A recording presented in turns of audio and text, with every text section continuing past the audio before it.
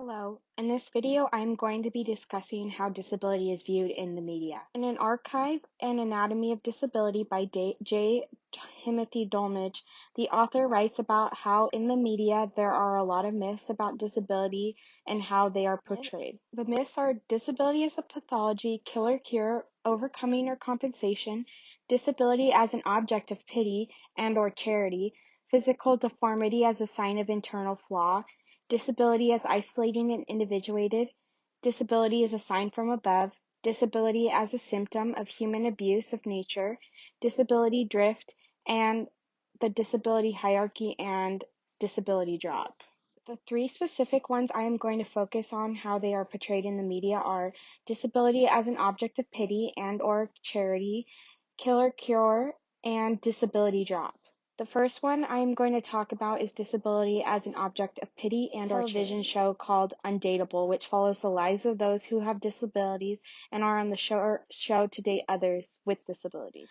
According to the Guardian article by Francis Ryan, the title of The Undateables refers to society's preconceptions, although most will have taken the branding at face value, that disabled doesn't mean asexual, rather than the dispelling myths around relationships and disability.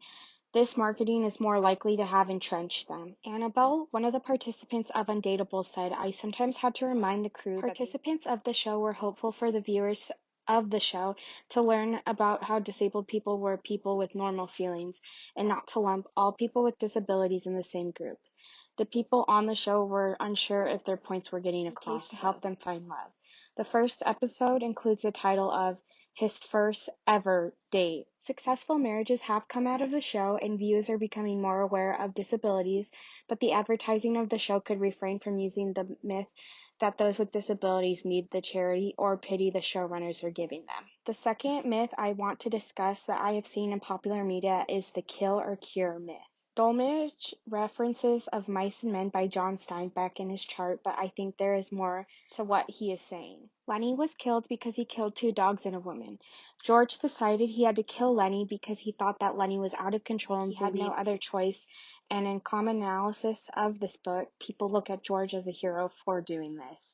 The third myth I want to focus on is a character featured on the television show Glee. Glee has been known to either be a good representation of disability or they end up really butchering it. One of the main characters, Artie, is in a wheelchair, and from my standpoint, they do a good job at representing his daily struggles. Artie is not the one I will be focusing on in this myth, though. A main plot line in the first season of the show is one of the characters, Tina, has a stutter when she speaks. She drops this stutter when she gets into the Glee club because she realized she doesn't need to pretend to have one anymore. This is the disability drop myth which Glee uses as a part of the climax of an episode. Dolmage says that this is harmful because it also infers that people might fake disability to get out of military service or criminal sentence or to gain something else like welfare. This myth can be harmful because the viewers of Glee could see someone with a stutter and assume that they are faking it because they are not confident in themselves. Do not get me wrong, media has come a long way.